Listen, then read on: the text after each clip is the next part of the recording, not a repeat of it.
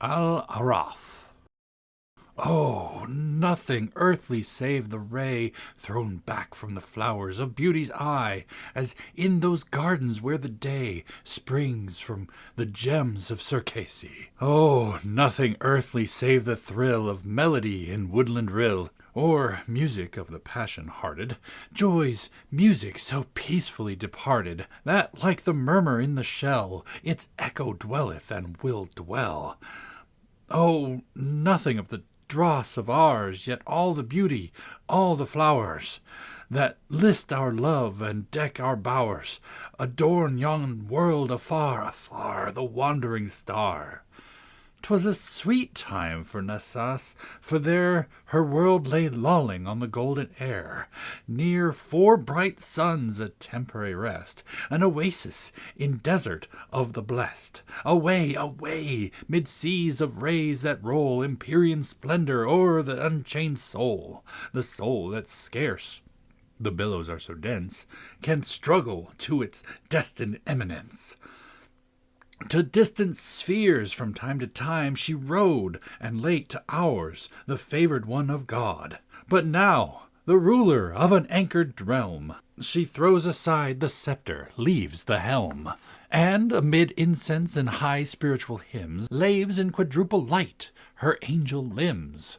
Now happiest, loveliest in yon lovely earth, whence sprang the idea of beauty into birth, falling in wreaths through many a startled star, like woman's hair mid pearls, until, afar, it lit on hills Achaean, and there dwelt. She looked into infinity and knelt.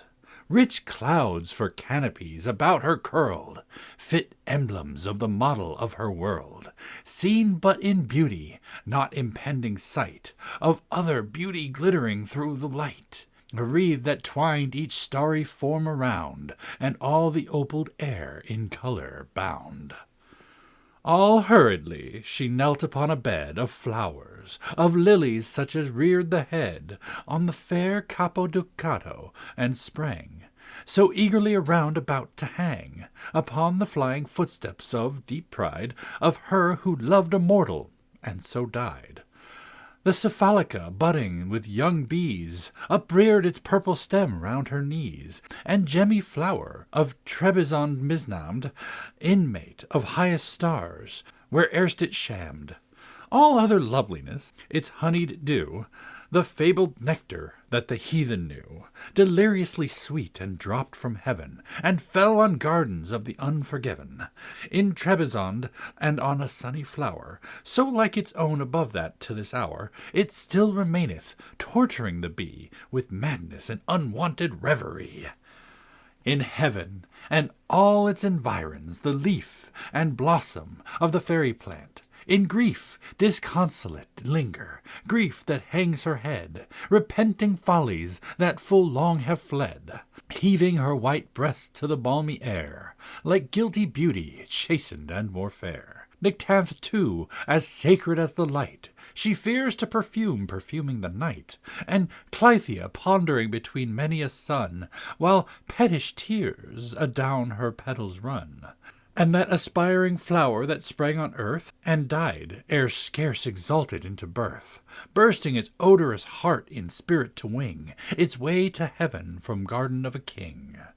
And Vallisnerian, lotus thither flown, from struggling with the waters of the Rhone, and thy most lovely purple perfume, Zante, Isola d'Ora, Fiora de Levante, and the Nelumbo bud that floats forever, with Indian Cupid down the holy river.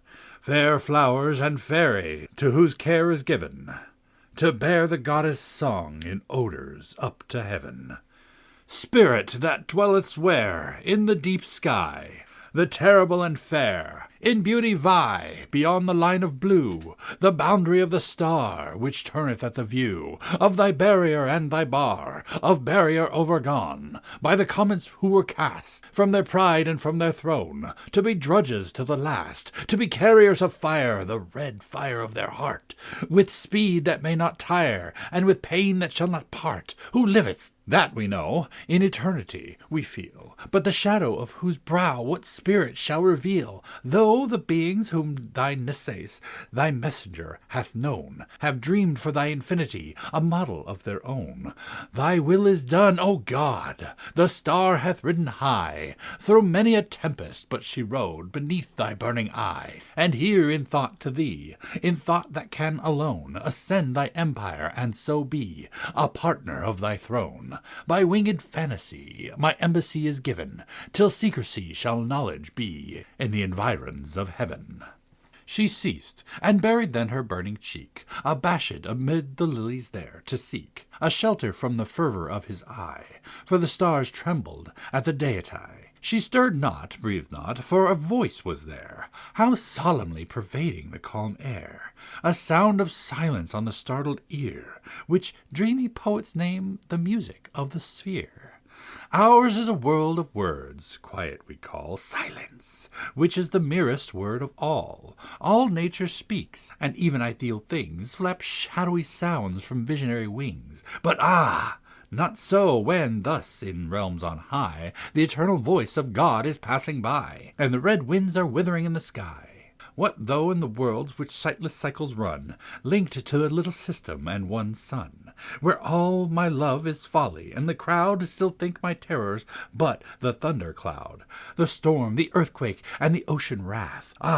Will they cross me in my angrier path? What though in woods which own a single sun, the sands of time grow dimmer as they run, yet thine is my resplendency so given to bear my secrets through the upper heaven. Leave tenantless the crystal home, and fly with all thy train athwart the moony sky, apart like fireflies in Sicilian night, and wing to other worlds another light. Divulge the secrets of thy embassy to the proud orbs that twinkle, and so be to every heart a barrier and a ban, lest the stars totter in the guilt of man. Up rose the maiden in the yellow night. To single-mooned eve on earth we plight our faith to one love, and one moon adore. The birthplace of young beauty had no more. As sprang that yellow star from downy hours, up rose the maiden from her shrine of flowers, and bent o'er sheeny mountain and dim plain her way, but left not yet her Thracian reign. Part 2. High on a mountain of enamelled head, such as the drowsy shepherd on his bed, of giant pasturage lying at ease, raising his heavy eyelids, starts and sees, with many a muttered hope to be forgiven, what time the moon is quadrated in heaven. Of rosy head that towering far away into the sunlit ether caught the ray of sunken suns at eve, at noon of night, while the moon danced with the fair stranger light. Upreared upon such height arose a pile of gorgeous columns on th' unburthened air, flashing from Parian marble that twin smile far down upon the wave that sparkled there, and nursled the young mountain in its lair. Of molten stars their pavements such as fall through the ebon air, besilvering the pall of their own dissolution while they die, adorning then the dwellings of the sky. A dome, by linked light from heaven let down, sat gently on these columns as a crown. A window of one circular diamond there looked out above into the purple air, and rays from God shot down the meteor chain, and hollowed all the beauty twice again. Save when, between th' empyrean and that ring, some eager spirit flapped his dusky wing.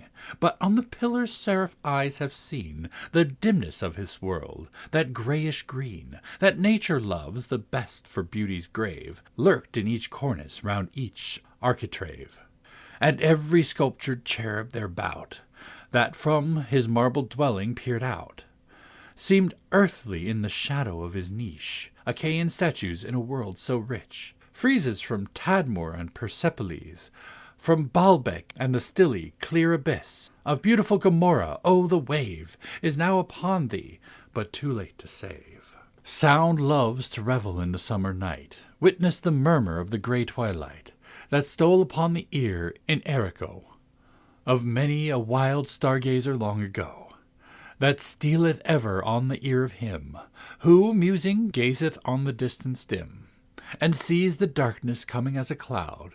Is not its form, its voice, most palpable and loud?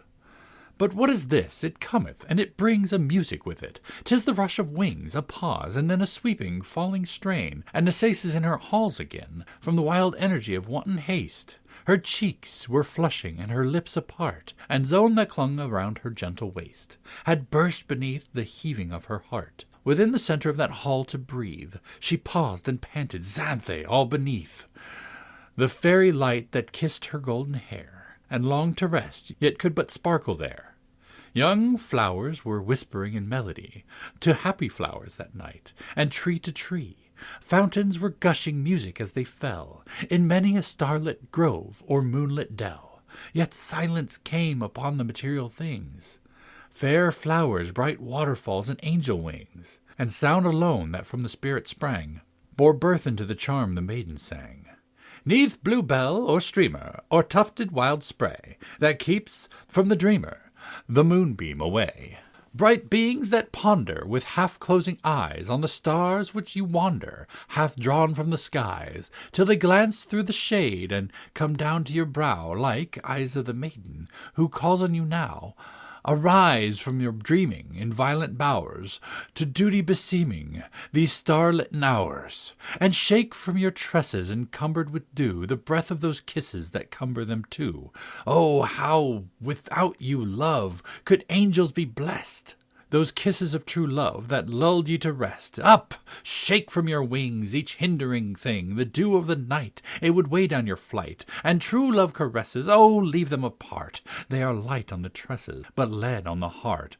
Ligeia, Ligeia, my beautiful one, whose harshest idea will to melody run. Oh, is it thy will on the breezes to toss, or capriciously still, like the lone albatross, incumbent on night, as she on the air, to keep watch with delight on the harmony there? Ligeia, whatever thy image may be, no magic shall sever the music from thee. Thou hast bound many eyes in a dreamy sleep, but the strains still arise, which thy vigilance keep. The sound of the rain which leaps down to the flower, and dances again in the rhythm of the shower, the murmur that springs from the growing of the grass, are the music of things, but are mottled, alas. Away then, my dearest, oh, hie thee away to springs that lie clearest beneath the moon-ray, to lone lake that smiles in its dream of deep rest, at the many star isles that enjewel its breast, where wild flowers, creeping, have mingled their shade, on its margin is sleeping full many a maid. Some have left the cool glade, and have slept with the bee. Arouse them, my maiden, on moorland and lea. Go, breathe on their slumber, all softly in ear, the musical number they slumbered to hear. For what can awaken an angel so soon, whose sleep hath been taken beneath the cold moon, as the spell which no slumber of witchery may test, the rhythmical number which lulled him to rest? Spirits in wings and angels to view, 1,000 seraphs burst the empyrean through, young dreams still hovering on their drowsy flight, seraphs and all but knowledge, the keen light that fell refracted through thy bounds afar. O death, from eye of God upon that star, sweeter still that death, sweet was that error, even with us the breath of science dims the mirror of our joy. To them 'twere the simoon, and would destroy. For what, to them, availeth it to know that truth is falsehood, or that bliss is woe? Sweet was their death, with them to die was rife, with the last ecstasy of satiate life. Beyond that death no immortality, but sleep that pondereth and is not to be. And there, oh, may my weary spirit dwell, apart from heaven's eternity, and yet how far from hell! What guilty spirit in what shrubbery dim heard not the stirring summon of that hymn? But too they fell, for heaven no grace imparts to those who hear not for their beating hearts. A maiden angel and her seraph lover, oh, where, and ye may seek the wide skies over, was love, the blind, near sober duty known? Unguided love hath fallen mid tears of perfect moan.